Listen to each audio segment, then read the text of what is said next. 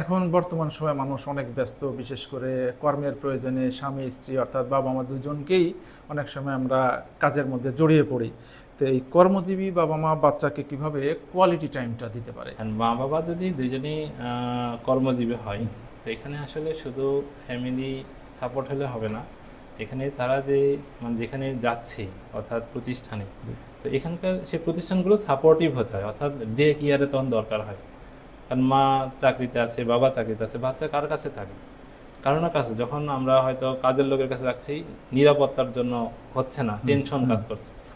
তো যদি প্রতিষ্ঠান একটু ডে কেয়ারের ব্যবস্থা করে, ছোটো ছোটো বাচ্চাদের কেয়ার করে, তো এটা একটা ব্যবস্থা, তাহলে বাবা মা একটু তাদের প্রয়োজনের যখন আসলো তখন সময় দিতে পারে।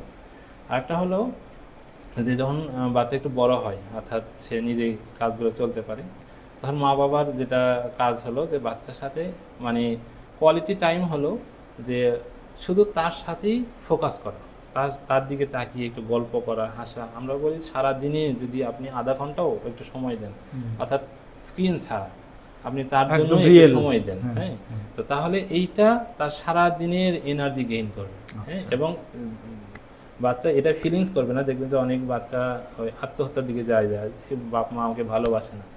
তো বাচ্চা ফিল করবে যে এই বাবা মা আমাকে অনেক গুরুত্ব দিচ্ছে, আমাকে খুব ভালোবাসে। যখন শাসন করে এটা বুঝবে যে শাসন কেন করলো আর আদর কেন আমাকে করছে, হ্যাঁ, এটার মধ্যে পার্থক্য করা শিখবে।